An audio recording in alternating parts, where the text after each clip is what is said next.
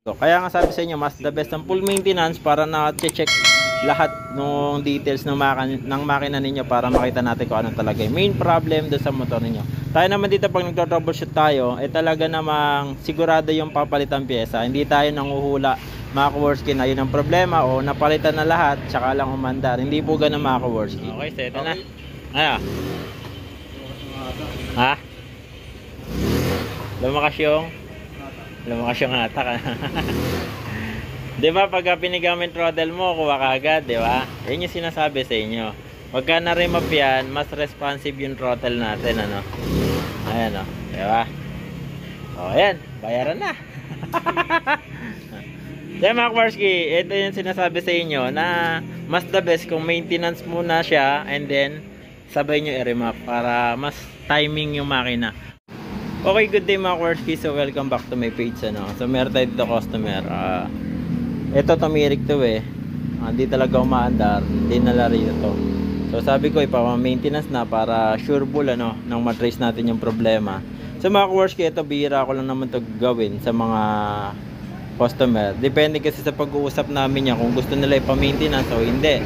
Pero kung wala pang maintenance to dahil second hand din nabili, in-advise ko na i-maintenance, ano. So, kumbaga, tayo pa lang ang magbabaklas ng throttle body. Yan, sa may magneto, ganun din mga ka-worski dahil hindi pa nga nakukulayan at kakapal ng kalawang, ano. So, ayan mga ka-worski, ito yung mga ginagawa natin. So, kasama na yan sa troubleshooting natin pag tayo gagawa tayo. Pero nagpapadagdag ako dyan mga ka-worski ng labor kasi iba ang labor ng troubleshoot with maintenance, ano. Kasi syempre, yung mga mini-maintenance na dito talagang running condition o umaandar pa naman o tumatakbo pa ng maayos. Pero pagka pina-maintenance natin na may problema, mag-a-additional kayo ng babayaran kasi nga troubleshooting ang inyong motorsiklo, ano, o ang inyong mga scooter. So isa to sa mga gagawin ko. Ipapakita ko sa inyo mga ka-worski kung ano yung mga problema. Okay? And then, syempre, i-check natin lahat yan. I-check natin yung fuel pump niya. So, yung fuel pump ay, asan na ba? Ayun. And then yung pressure na yan check natin, ano. So injector check din natin yan, throttle body, valve clearance, syempre kasama na lahat yan, spark plug cap, spark plug, CVT, and then yung sa may stator, ano. So iwawas muna natin to para mas masarap gumawa, ano. Kumbaga pagka tayo gagawa talagang malinis muna siya bago natin hawakan, ano, o bago natin buksan yung makina mga ka-worski. So ibig sabihin bukas mga ka-worski dito, kasi ito kasi oiling, may langis na to kaya pag binuksan natin dapat walang malalaglag na dumi dyan mga ka-worski. Okay, so iwawas muna natin. Ito hindi talaga to maandar, dinala rito. So nagpalit ng battery, akala nila battery yung problema. Okay, so gawin muna namin, linisan muna natin, itatiming ko na.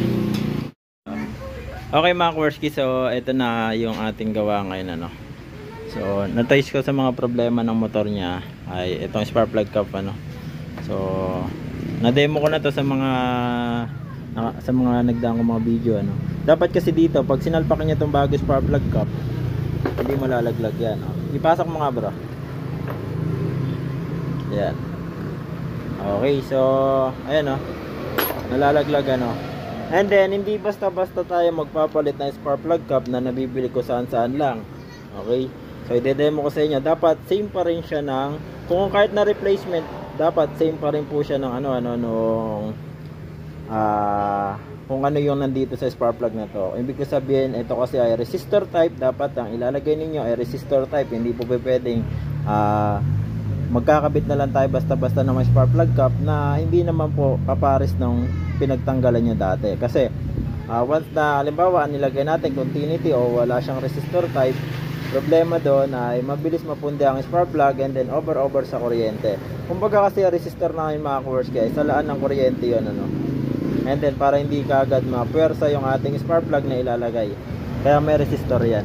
So sundin natin yun na sa standard kasi yun ang pagkakalagay ng engineer natin mga ka-worski, ano. Kaya doon tayo bumabase. Ang ginagawa ko ay stock, hindi ako nagkakarga.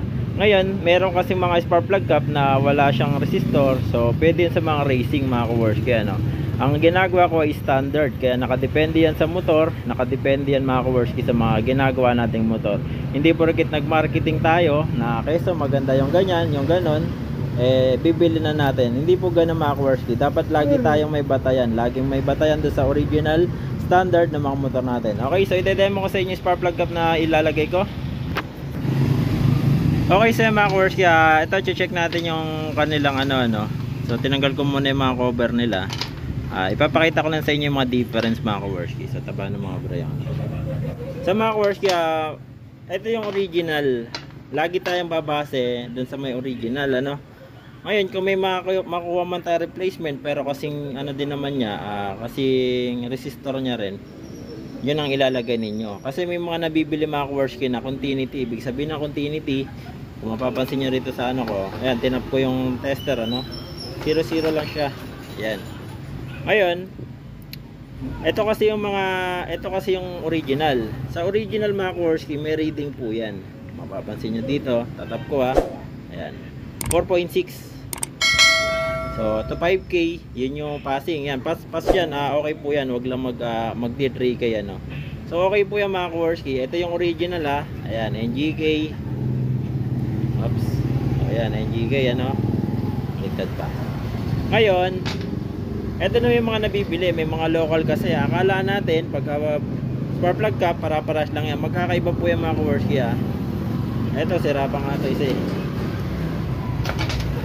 Okay, so ito yung mga local. Meron pang mga kasama ito mga kaworski na mga iba't ibang brand na akala natin okay. Sa mga kaworski, sa totoo lang, mas pino ang andar ng motor natin pagka tama yung ilalagay nating spark plug cap.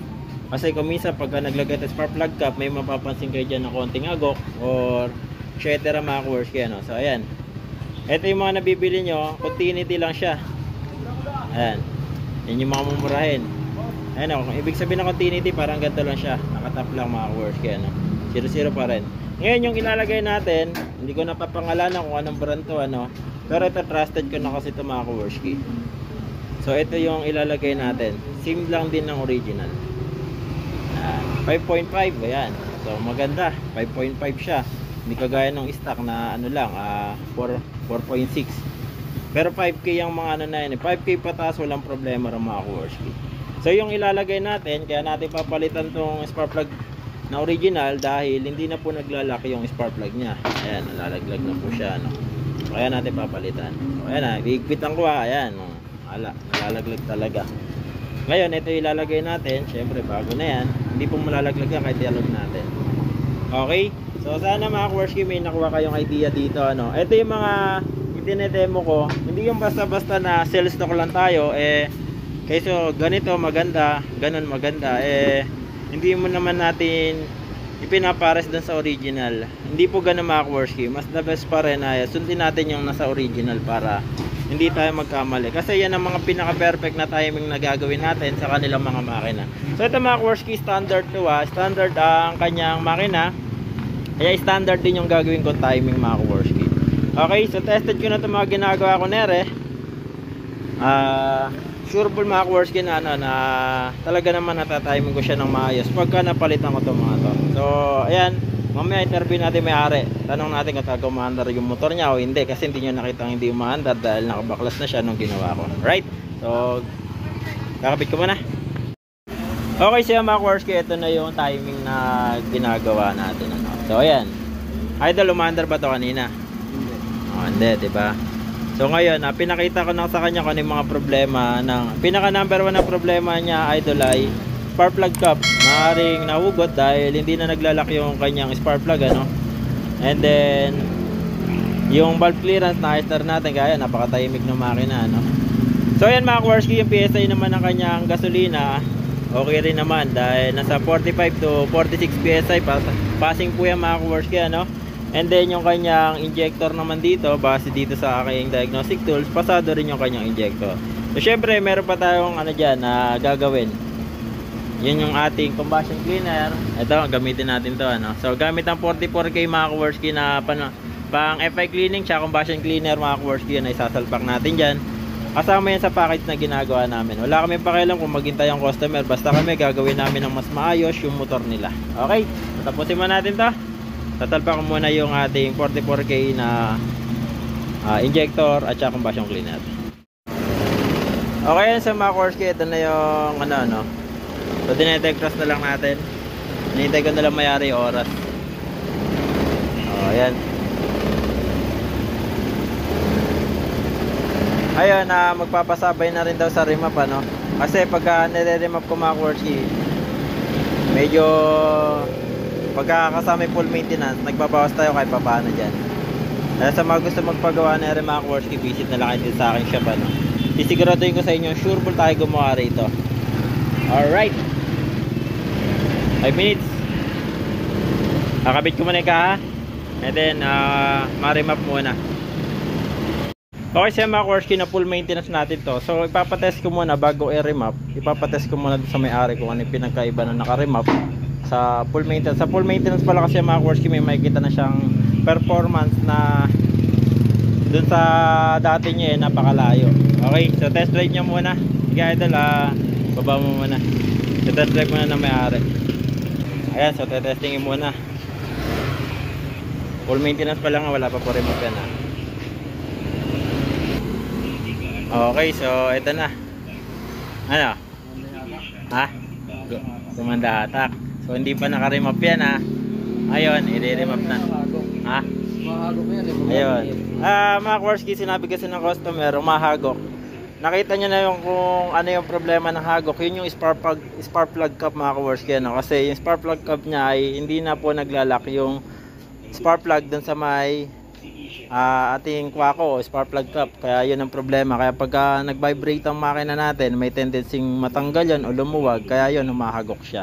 So yun yung napansin niya, hindi na raw humahagok. Kaya nga sabi sa inyo, mas the best ang full maintenance para na-check lahat ng details ng makina ninyo para makita natin kung ano talaga yung main problem doon sa motor ninyo. Tayo naman dito pag nagto-troubleshoot tayo, talaga namang sigurado yung papalitan pyesa. Hindi tayo nanguhula mga Korsky na yun ang problema o napalitan na lahat tsaka lang umandar. Hindi po ganun mga Korsky. Okay, so ang mga napalitan dito pyesa pa lang, ang pyesa na popular, spark plug at saka yung spark plug cap lang. Kasi popular naman taga pinapalitan yung slider at saka yung flyball, yung filter gas, o-ring at saka yung coolant. Normal yan, mga pinapalitan talaga yan. Ngayon i-remap ko na. Tignan natin kung ano yung magiging ngiti ng customer. Okay, so mga Korsky, nakaka-remap na.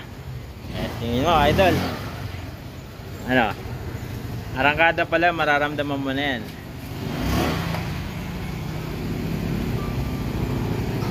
Hintayin natin feedback ng customer. Sa mga Korsky, pinaka the best kasi pag magre-remap tayo, ma-maintenance muna yung motor, lalo na kung matagal na yung ano. Ayun pagka pinigaan niya yung throttle, galit na yung makina. Maganda pick up nung power Sa mga Korsky, pinaka the best na ginagawa pag nagre-remap ako, mini-maintenance ko muna. Hindi ako nagre-remap basta-basta kasi gusto ng iba kumita lang kaya remap na lang ang ginagawa. Pinaka the best talaga mga Korsky ay muna natin siya, ma-maintenance muna natin. Okay, hintayin natin customer. Okay, so ito na. Ha? Lumakas yung hatak.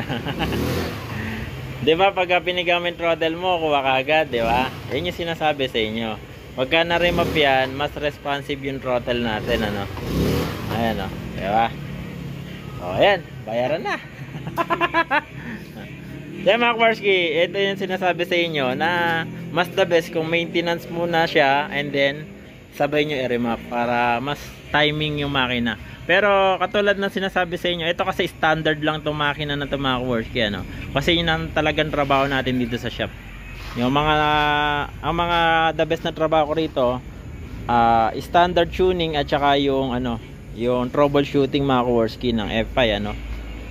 Kung may mga problema FI ninyo, pwede nyo pasyal dito sa mga Korsky. Kung di umaandar yan o may problema yan mga Korsky, visit nyo lang ako dito. Pag kaya natin gawin yan, gagawin natin. Alright, sa mga hindi pa nakapollow, subscribe sa aking YouTube channel. At sa mga gustong dumalaw dito sa aking shop, location natin ay Bustos, Bulacan. Ang ating naman Facebook page at YouTube channel ay Korsky. Alright, lang din sa shop ko. Salamat. God bless all sa inyo lahat.